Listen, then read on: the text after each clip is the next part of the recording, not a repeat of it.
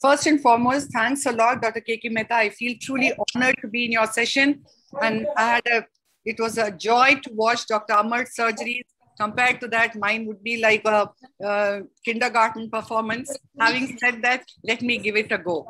So these are cases where the lens has actually not gone into the vitreous, but the process has started off. So I'll be running you through a few videos. Now, this is apparently a very normal looking case, a well-dilated pupil, and then a nice round rhexis is being fashioned out. You are in one of those moods where you think nothing is absolutely going to go wrong, and then just the right amount of hydro. And if you see carefully, every step of it is going well, just a little decompression of the bag, just a little more viscoelastic to ensure that you nicely rotate, you don't stress your zonules, and then just little debulking of the nucleus. So things are going good. And then the right kind of chop, nothing too deep. Everything is perfect and fine. And you have made a clear cut chop. And then you go on to make your next chop. The process is on. The surgery is going to get, but there you go. The nucleus fragment has gone in apparently. So now you need to immediately inject viscoelastic, create a barrier. You need to get all your other pieces forward. Even that piece was not deep down, it was very much behind. Everything gets pulled forward, and you need to be conscious. If there is a vitreous there, you need to deal with it. But because enough viscoat was there and it was just the vitreous did not even get time. So with very gentle low flow parameters, again and again, going back and pushing the vitreous base behind, and the phacoemulsification is done, keeping the second instrument like a temporary scaffold, and the surgery was done. Now, this is an old video wherein now I wouldn't have done it, but on hindsight, I did manage to salvage the moment. And then the ease with which I'm able to remove the cortex is an indicator that the vitrectomy has been adequate. And then all it is about placing the lens on the rhexis and doing an optic capture. Now, this is a situation where the surgery is nearly done and you see that small epinucleus sitting there. So then, you know, it's a large enough rhexis, but you want to place a single piece IOL in the bag. So you know there is no viscoelastic, the vitreous face is not disturbed. So this is when I would use what Amar would talk of, the IOL scaffold technique, wherein although the rhexis, the posterior PCR is a little on the larger side, I very gently go in and place my single piece bag and ensure that the haptic don't open up, but gently are unfolded so that there's no stretch. Nowhere does the AC area of PCR increase. And it is now that with very low flow parameters, I get the tiny epinucleus fragment out. And then, of course, go ahead and do, if there is any vitreous, I would try to remove the vitreous. If it has come forward, this was moved, but there was nothing there. And it was all about just removing the viscoelastic and completing the case.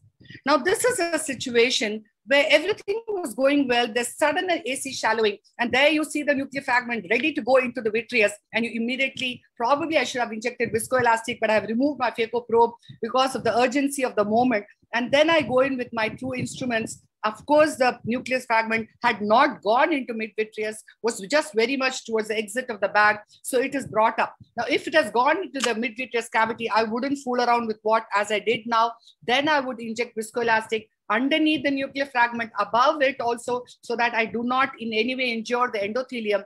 And now I would go about enlarging my incision, because the plan of action here is not to deal it with the way I dealt it then, but to inject an IOL scaffold. Now, this is a 3-piece IOL, a beautiful technique, which actually was a great salvage for all these moments. You are allowed to leave the haptics on the rhexis, but if you feel there has not been much of a vitreous disturbance, you could even position the IOL into the sulcus where it is meant to be. And now with this area aperture well protecting the nuclear fragment, you end up doing a supra capsule of phacoemulsification, no doubt, but you could bring down your parameters. You could inject a little bit of viscoelastic, not to over distend the bag, just a little bit, and ensuring that the anterior chamber is stable. You're done with this dangerous nuclear fragment sitting there. The story doesn't end here. You need to address the vitreous. So you go behind either your main port or go to the side port and do a good vitrectomy. Try to clear up that area completely and surely. Yes, you should. If you see any strands in front, go in front of the IOL, cut it again. But you could again go in and inject some triamcinolone, which will give you a lot of visibility about how much residual vitreous is there. Deal with it. And then you found that the IOL is right in its place and the surgery is done. Now, this is the last case, which I'm not the last case, second last, wherein things are going good. It's a large nucleus. I'm sure there's hardly any epinuclear shell, practically a hypermature cataract, which could be even floating. And these are the cases where the posterior capsule could be rather fragile. And lo behold, the nucleus has started sinking into the vitreous. So then with the second instrument, I would hold it. I would try to inject viscoelastic. But sometimes when you realize that the vitreous is already coming in, you do just a little bit of focal vitrectomy at this point of time. Don't go deep into the vitreous because you're actually breaking the vitreous face more and more, and you need to get this nuclear fragment out. You don't want to send this case to your retina surgeon. So having done that, now I enlarge this incision. May not be the best of solutions, making a larger corneal incision, but there was things were even more hazardous now. So it mandated that I use my Vectis, get the IOL out, then go back and suture the main wound. You don't want your anterior chamber to shallow when you're doing a vitrectomy, and ensure that the second irrigation fluid doesn't go into the vitreous and overhydrate the vitreous. After a good vitrectomy, place the IOL on the rhexis. A situation may come that this epinucleus was somehow missed. You didn't realize that it had gone through the zonules into the vitreous cavity. The patient comes to you the next day in that setting. It makes sense to go through the pars plana route because the lens is already sitting there. You don't want to go in the anterior route and have a gush of vitreous coming forward and the little bit of PC which is holding the lens giving way. So you need to go through the pars plana route where you are addressing the vitreous at its home. So there is less of vitrectomy which is needed, less of gush of vitreous coming forward, and you can have the same posterior capsule intact there. And all you need to do is clear up the visual axis, ensure that a good vitrectomy is done, and then position the lens in the sulcus as it's where to be and complete the case. This is the last of the case. Believe me, it's not the story of the nucleus only, but sometimes right at the end of it, there is a small flap of PCR which has occurred. Of course, the main nucleus and epinucleus is out. Keep your phaco probe in. Do not deepen allow the AC to shallow. Go ahead through the side port, inject viscoelastic.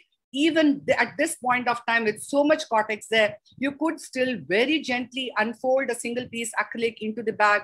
Always remember, when there is a PCR and you have not converted into a PCC, you need to be very, very careful because this PCR can anytime rip, and the whole plan of placing a single piece IOL in the bag could become a complete disaster. And now this IOL is going to act as a scaffold, is going to prevent the vitreous coming forward. And with low flow parameters, you could remove all the cortex and get done with it. So it's a brilliant discovery using this IOL, which will salvage you in many of these moments.